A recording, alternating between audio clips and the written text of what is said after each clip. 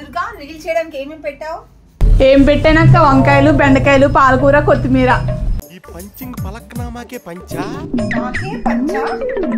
మరి ఏంటక్క, మరి మీరు సారీ షాప్ లో సారీస్ ఉండగా ఏముంటాయి? మళ్ళీ పంచి. సరే ఓకే కానీ ఫస్ట్ అయితే రీల్ చేద్దాం, టైం అయిపోతుంది.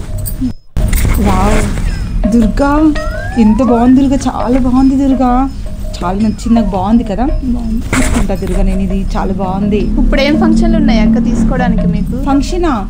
మా ఎదురింటి వాళ్ళు ఉన్నారు కదా, వాళ్ళ ఊర్లో వాళ్ళ ఎదురింటి వాళ్ళ కూతురు పెళ్ళంట, ఆ ఫంక్షన్ లో కట్టుకుంటా.